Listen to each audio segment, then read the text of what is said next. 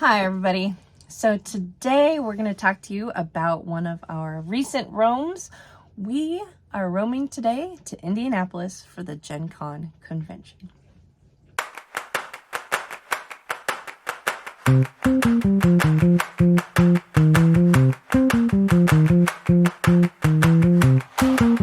So if you stumbled on this video just because you were watching other videos on my channel or things like that, you're probably asking yourself, what is GenCon? So GenCon is a giant board game convention. Well, it's not even just board games anymore. It's every kind of game you can think of. They hold it in Indianapolis every year. And when I say in Indianapolis, I mean it takes over Indianapolis. So it takes over the entire convention center, Lucas Oil Stadium, and then many of the hotels and other buildings around the convention center. It also takes over. It's used as classrooms and other rooms for gaming and all sorts of things. When you go downtown in Indianapolis around GenCon time, everything is geared toward gamers. So it takes over the town. Last year they had record attendance. So the year we're talking about last year is 2023, and they had over 70,000 people come to GenCon, and they estimate that over the course of its existence that it has brought over $75 million to the Indianapolis economy. So it's a pretty big deal. So GenCon was actually started in 1967 by a guy named Gary Gygax, which if you know what D&D is, you probably know who that is. It was started and they held it the first year in middle school, and then after that they moved it to Lake Geneva, which is how it's got its name, GenCon. They also did it as kind of a play on words because they were playing a lot of war games, and it was Lake Geneva, but they were also thinking about the Geneva Convention and the war games. Anyway, so it has pretty much always been GenCon. It moved to Indianapolis, and now that's where it is. I read online that they've got a contract, I think, through at least 2030 to keep it there. So what we're going to do today is I'm just going to talk to you about first what our trip to GenCon was like, what we did, what we saw, things you might want to check out. And then at the end, I will talk more specifically about things you might want to look at that we didn't do, and then some tips on going to GenCon, especially if it's your first time. So when we went to GenCon this year, we went as kind of our anniversary gift to each other. GenCon usually takes place the first week of August every year. And so for a lot of people with school-age kids, that can be difficult because in our district, it always happened the week before school started. And being that I was a teacher, I could not go because I was back at school. Plus, you know, the kids get nervous and it's just not a good time to go on vacation. So Ethan was finally old enough. He stayed at home by himself this year, took care of the dogs, and we went on a little anniversary trip. We drove from Kansas City to Indianapolis, and our first stop was, of course, St. Louis, because my husband is addicted to this place called Sugar Fire Barbecue. And so we had to stop there. If you go through St. Louis, try it. It's really good. We drove for a while. We, of course, passed through Effingham, which is famous for its gigantic cross. And then we stopped at this little town called Casey, Illinois. We saw it off the side of the highway and just thought it'd be fun. And it's kind of like you go through this little scavenger hunt through the town and find giant things. So there's like a giant wind chime and a giant chair and a giant golf tee. What do you think of the world's largest golf tee? God, it's huge. I just want to put a golf ball on it. I think I could drive that 350 yards straight down the course. Why are we here again? After that, we got to Indianapolis, and we actually made reservations to go to St. Elmo's, which is a famous steakhouse there. It was fantastic, and Chris tried some new whiskey, and he had the shrimp cocktail, which is supposedly really famous from there, but it was so good. If you want to go there, though, make reservations beforehand because it's really full. The next day, we started off, I made a bad decision.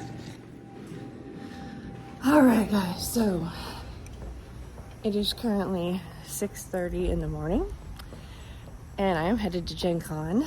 I got up really early for this crochet class, and it was fun. But one thing is I was going to take an Uber so Chris could drive later, but we had 3 Ubers cancel on us, and so I ended up driving by myself. But I went to my crochet class, went to breakfast, and then one of the events that they offered was actually a tour of downtown Indianapolis. So I went on a historic tour of downtown Indianapolis, which was super fun. After that, I met my sister and we ate lunch at the food trucks. They had a whole plaza filled with probably 50 different food trucks, and there were tables set up and everyone just gathers there to eat. And then we went to the writers symposiums. Okay, so we just finished this like wicked cool seminar about how to write cuisine into your novels and what to think about and why people eat what they eat. It's fascinating. I'll have to put a link to some of that stuff in the notes. But now we're gonna go shopping. So here in a minute you'll get to see the famous vendor hall.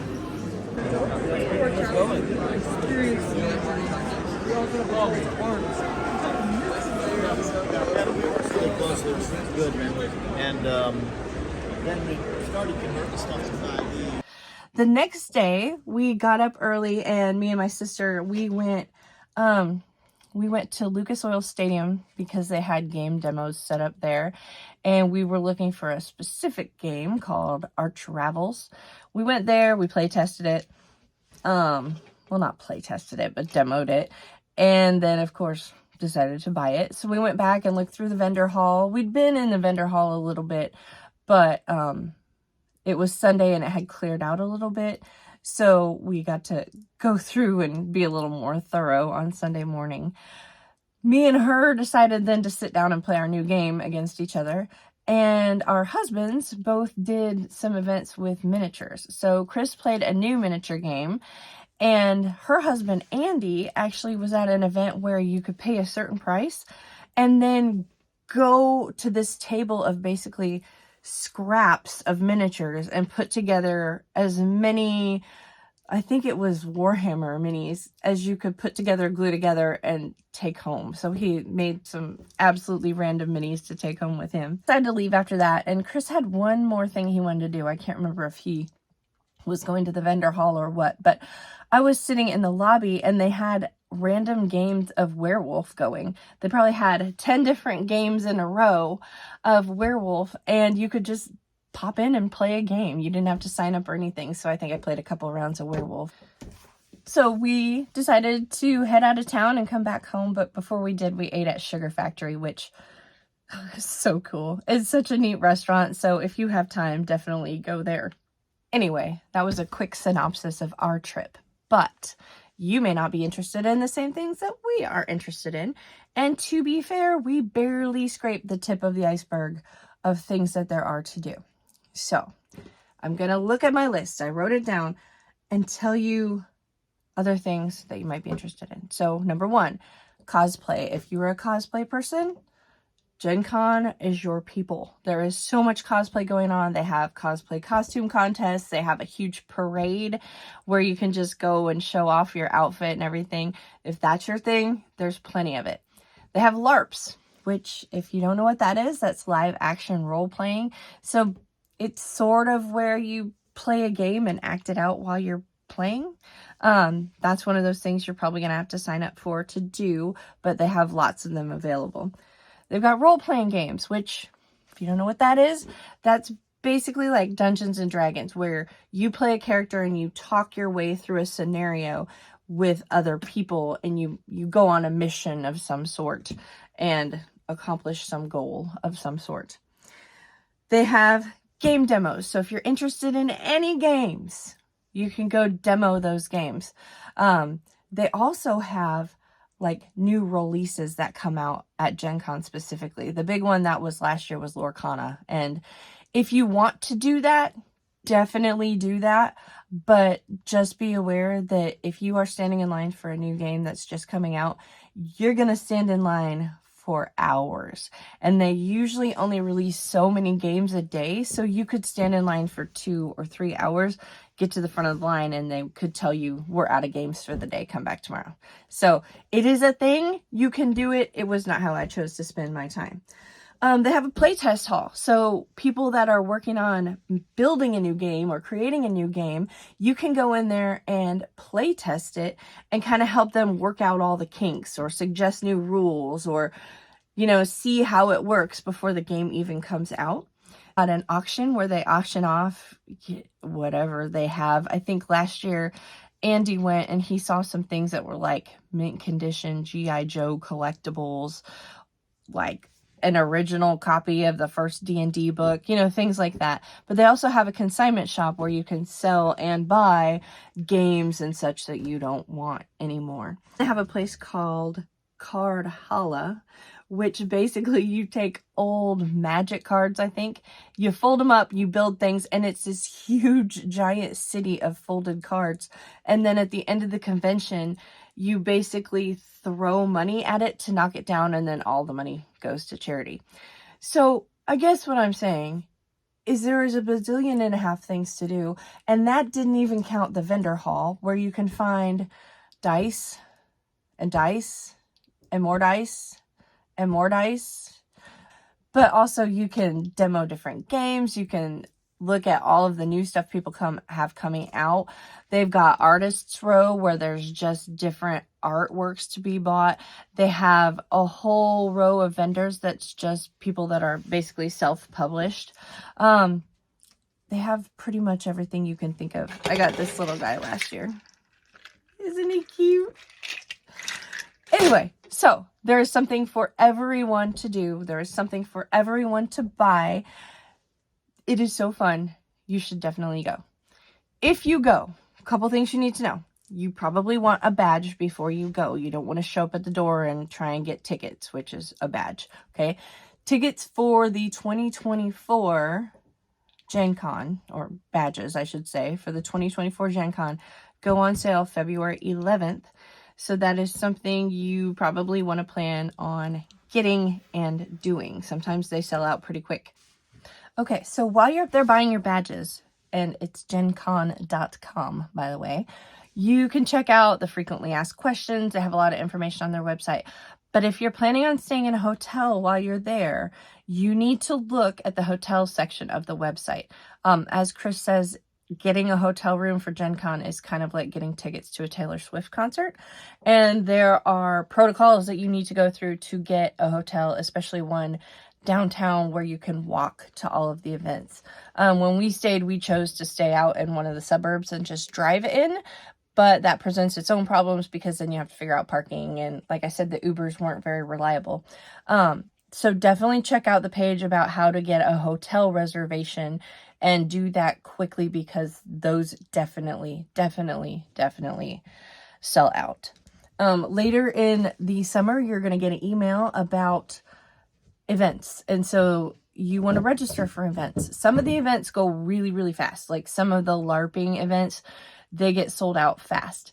But some of them you can sign up while you're there. But I would suggest looking through the events, and if there's something you know you want to do, sign up and do that before you even get to the convention. And what I'm talking about with events is like the Indianapolis tour I took, the crochet class I took, the writers workshops we took. All of those are listed under events, and there's so many. There's literally thousands of events. So go ahead and look through that list.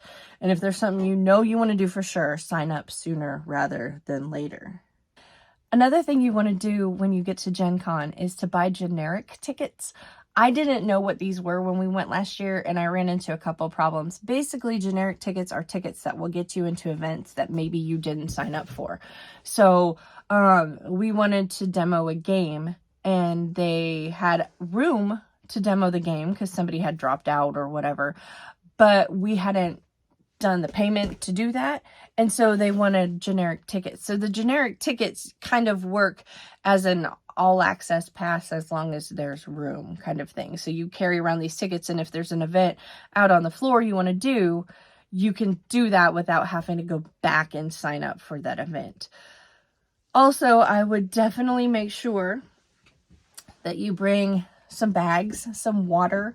They have some food vendors in the hall, but most of the food trucks are down in a different section. It's kind of outside of the convention center. So if you have kids with you, definitely bring some snacks.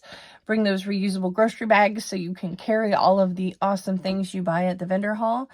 And if you do decide to do some cosplay, just know your hotel room is not going to be super close to where you are. So when you bring those giant wings or giant swords or whatever, just know that you are going to be carrying that all day. And if you're trying to get through the vendor hall, you're going to be fighting the crowds with that all day. So just think about it before you go. Think about your costume. Think about what you might need if you need to have medicine or anything. Whatever you need at the convention during that day, you want to bring with you, because your hotel is probably not going to be close enough to just wander back by the time you get started. Plus, if you sign up for a bunch of events, you might be doing events back to back to back to back to back and never have a chance to go back to your hotel room. So anyway, I know that was a lot. GenCon is a lot, but it is definitely worth it, and it's a lot of fun. If you have been, definitely put more tips below, put more pictures below. Let everybody see the cool things that you can do at GenCon. If you haven't been and you have questions, ask me. I'll do my best to answer them. Your best resource is going to be GenCon.com. So stop there and look at all of the things they have available. Watch for those events to come out, and definitely get your badges in hotel rooms now if you're interested in going. We will see you next time we roam.